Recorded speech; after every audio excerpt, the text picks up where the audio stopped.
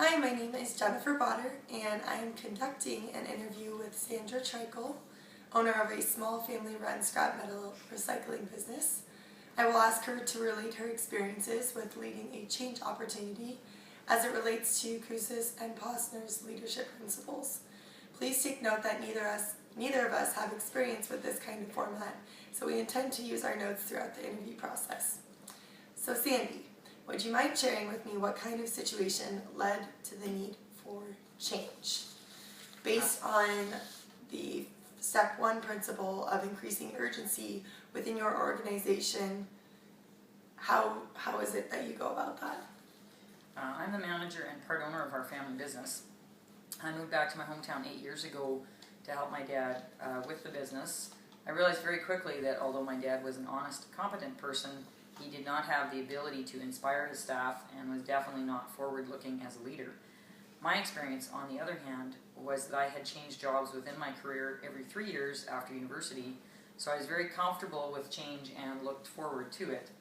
I had also had experience with hiring staff who faced personal difficulties which affected their previous work experience, but I was able to inspire them through positive feedback and good work experience to become very skilled, confident employees.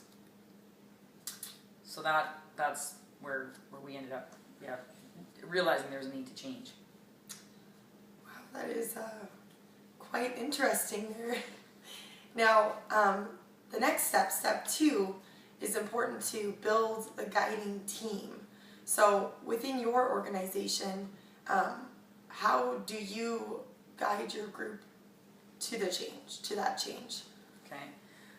Well, the specific change we were looking for after I came on board was converting a lot of our equipment. We had a lot of very old, inefficient, very rundown equipment, so it was very hard to maintain productivity and efficiency. But I personally don't have a lot of equipment experience, but I have enough life experience to understand that I did not have the team in place at the time that would be necessary to guide the change that would be necessary to convert our equipment. It has taken us 8 years to bring on board the appropriate staff that can facilitate the necessary equipment change, but it's been a slow process for 2 reasons. First, because of our difficult equipment situation, we were dealing with constant equipment breakdowns, which always took the focus off of building a better team. Secondly, we operate our business in the context of the oil field industry, which draws a lot of available labor into its market with very lucrative compensation, making it very difficult to attract competent people to our business. But nonetheless, we have managed to, over time, by chipping away at a number of different things, such as offering benefits and decent compensation and so forth, we've been able to attract the talent that we need to move forward. 8 years, that's quite the long time there. Oh yeah. Step 3 is important to get your vision right regarding your change that you're seeking. How did you find your vision that you were looking for? For me, I realized after the first couple of very difficult years in the business, the goal of changing our equipment could only be met if I made sure to solicit the input of our employees in developing our vision for the change. I feel very strongly that it inspires staff, speaking of the Kouzes and Posner, to appreciate change if they believe that I'm providing a forward-looking vision, right? So if I'm forward-looking leadership. So after a lot of discussion, we decided that in order to achieve the change we wanted, we would need to focus on purchasing, slightly used equipment at fair market value, which would lead to a more productive, efficient, profitable, and most importantly, enjoyable work environment. So that's our goal. Used equipment that's decent, resulting in all these positive changes. Good vision, and definitely ultimately saves money buying used equipment, right? Mm-hmm. Step 4 would be to communicate for buy-in. Is that something, as a change leader, is that something that you do? Yeah, in our business, it's fairly easy to communicate buy-in regarding changes because we are such a small, informal organization. Large corporations have a lot more difficult time because they have so many layers of bureaucracy. For me, it takes me at most 5 minutes to wander over to where my staff are working and have a candid, honest conversation on how they are dealing with the changes as we are making them. And I do find it most effective to make sure I get feedback from individual employees before we have a group discussion. I find that the discussion generates more positive outcomes and better consensus when everyone has had a chance to share their true opinions with me before the group discussion.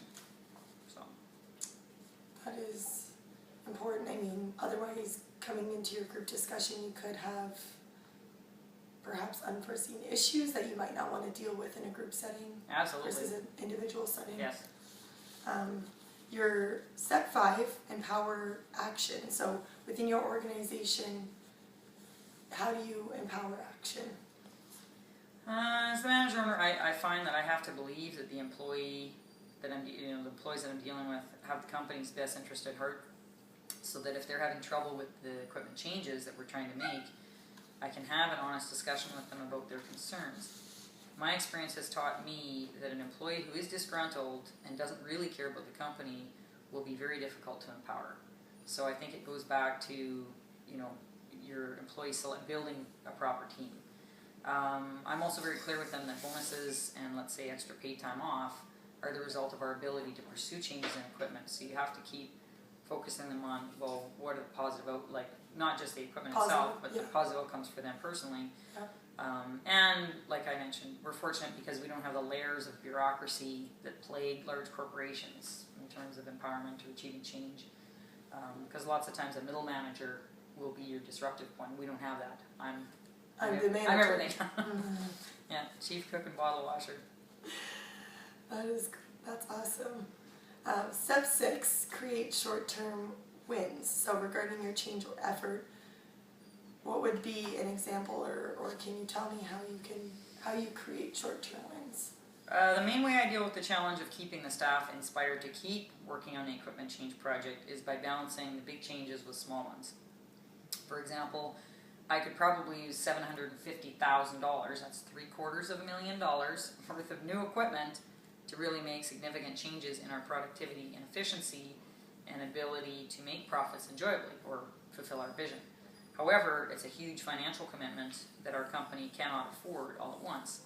So I balance out change over time by making purchases of smaller valued equipment, such as a $25,000 forklift that we purchased a year ago, while at the same time working on how to select and finance the bigger ticket items, such as a $150,000 excavator. The new forklift is something that's visible to everyone every day, so they see a change is occurring, which kind of takes away from the frustration about the fact that we still don't have a new excavator. So we're kind of trying to balances out. Yeah, giving them your a little difficulties. So go along and say, okay, little changes, or a $10,000 piece of equipment can make a huge change for people, and while you're working on the big stuff. Yeah, it's a good way to go about it. That's for sure. Now, step 7, within the organization, how do you not let up? Mm-hmm. How do you not let up in your organization? For me, I frequently share with my staff that if we aren't changing, we're falling behind, in order to keep change at the top of their mind. Many folks think that death and taxes are the only things that are certain, but in my experience, I always add change to that old cliche. Because change is inevitable. It really is. I mean, you ask people, well, is your life exactly the same today as it was a year ago? No one can say yes, or very few people. So I think that just, making that connection for them, again, going back to if you listen honestly, if you have honest conversations with your staff, provided you have hired the right people to begin with, you will get constant feedback because they want to see things improve. They want to enjoy their job, and you want to promote that, hey, what can you tell me that will allow you to enjoy your job? What can we do as a group so that everyone enjoys their job more? I'll give you an example. We had an employee that was a very routine-oriented person, had enormous difficulty with change. He hated change, even though I tried a few things to work with him. He finally quit. We're much happier without him, and he's happier as well. I spoke with him after he'd been gone for 6 months from our workplace, and he looked great. He lost weight, his blood pressure went down, so obviously our environment of change did not work for him, and so, that's an example. It's It's a really good example, I should say. Step 8 is to make change stick within your organization. How do you make change stick? I think this ties into, we've talked about inspiration, forward-looking, honesty.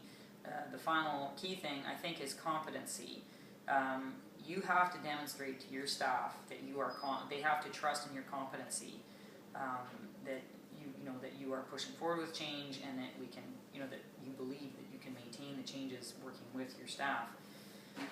I think competency in the area goes right back to near the beginning where you talked about the guiding team. Competency in the area of selecting the right people has been my biggest challenge, and it's my steepest learning curve. But we are getting there, right, through a lot of experience and then plus study. As your business evolves and stuff as well. Yeah, and I do study a lot of management materials, and always looking, and speaking with other business owners that have the same challenges. So always looking for that input, that feedback. I think what I found though, that it really is important to demonstrate calm behavior in the face of difficult setbacks, because you'll always have problems with change. And so if you can demonstrate calm behavior in the face of those setbacks, with whether it's a new equipment purchase that didn't go quite the way you expected, or failures in the new equipment. I mean, we had a recent example where a piece of equipment failed.